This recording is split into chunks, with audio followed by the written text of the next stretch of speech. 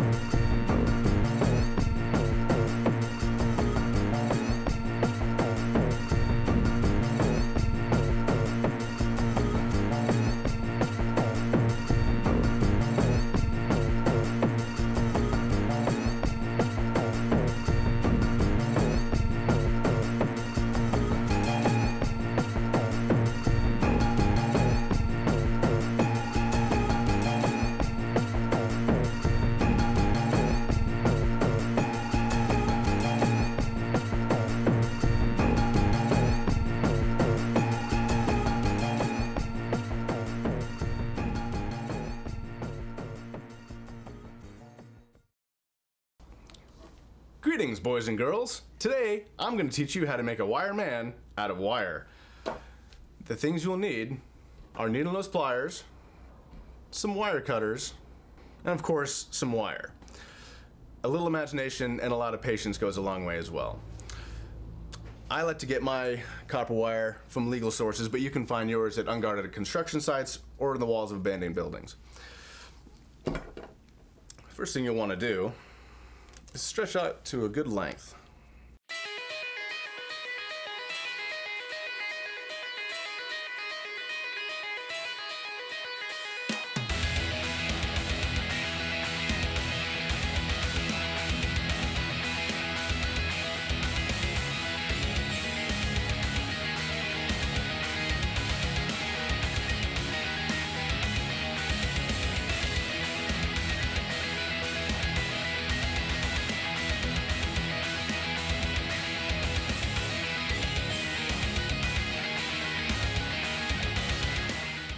Hold on.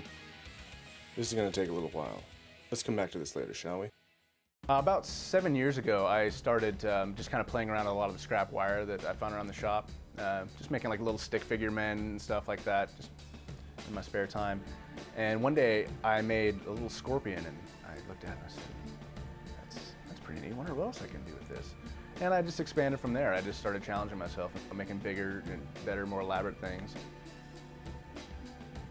There are certain ones I can do, I can whip out in a couple hours, and then there's other ones that I'll spend weeks on, a couple hours a day, watching TV or something like that. Those are some of my favorite ones, the ones that take 25 hours. It's a lot of work, but I find it really rewarding when I'm done with it. I just look at it and go, I made this from nothing. I like to collect other various like doll parts and other little broken toy bits to sometimes incorporate into the sculpture. So usually I make them out of 100% copper wire, I mean through and through, but there are other ones that just got to add a little bit something different to the mix, which is pretty fun. Like my Medusa and my monster with the saw blade arm. Yeah, this is one of the precursors to making any sculptures. I have to wind up all my wire onto these little, I call them sticks. They're really just carpenter's pencils. I like them the best because they're flat and they're really easy to start winding. They don't come unraveled as easily. Oftentimes I've spent, watching a whole movie just winding up different sizes of wire onto different sticks. It's kind of tedious. It doesn't take a whole lot of concentration. It's just kind of, you gotta make sure that it doesn't get all bunched up, because that's always annoying. Yeah, this one I've been working on and off for several weeks. This was something I dug out of my scrap bin that used to be, looked like a tree. Well, I didn't like it, and so I completely made something different. Not even humanoid or anthropomorphic or anything. It's just, I don't know what it is, but it's got spikes and it hurts to work on. Yeah, this is the kind of stuff that gives me scrapes all over my arms and legs sometimes.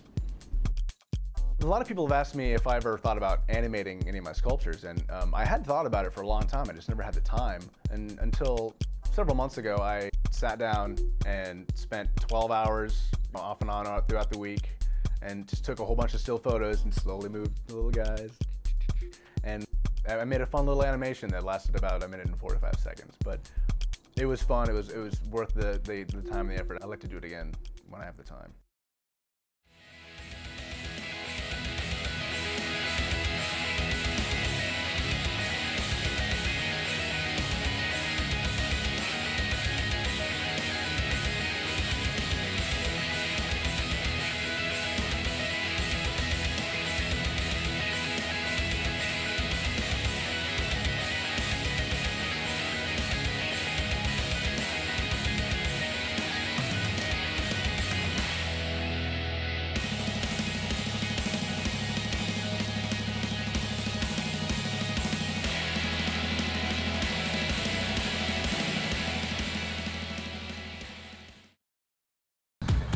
I've got lots of doll parts. Single drawers full. Uh-oh.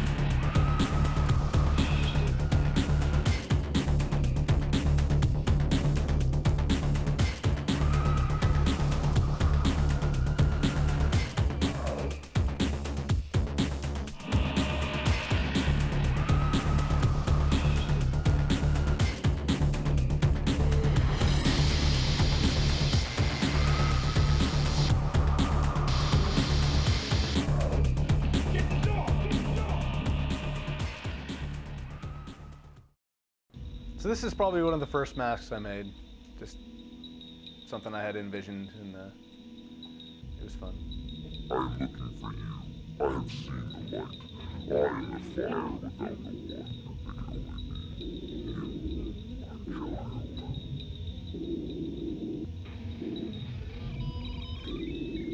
Because it's kind of wrong. Yeah, This is, yeah, I just wanted to make a creepy looking melted face mask, and it worked out pretty well, I thought. Yeah, no, it's just more of a fun one. So yeah, not so much creepy, but it stands on its own too. You know, it can be like a little creature. It's hard to, yeah, you can't really talk like this, and I'm starting to drool now. That's good. Hey. This is one of my various bits of headgear that I like to wear at costume parties and just around town for the hell of it. I figure if I make somebody feel uncomfortable, I've done my job.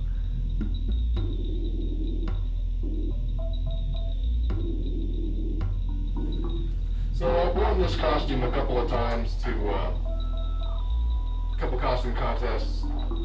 The $500 prize. Both years I got in the finalists, but nobody knows what the hell it is. Which is one of those things that bothers me about Halloween. You're not dressed up as some sort of pop culture icon or something from a movie. Oh, nobody knows. Like, oh, I can't just use my imagination? Fuck you. So yes, I made this all by myself. I often try to sell my art at little events around town, set up a tent and a bunch of tables and customers coming through there. A lot of those I don't like so much because they end up charging the artists a lot of money just to try to show their work, and they're not guaranteed to sell anything or even break even. So I usually end up losing money at those events and getting kind of soured on them. But then there's ones like last Thursday on Alberta Street, which is great because it's totally free. I mean, anybody can just go out there, set up a table, and try to sell stuff. You meet a lot of cool people, a lot of good art and music there. I try to do that whenever I can throughout the summer months.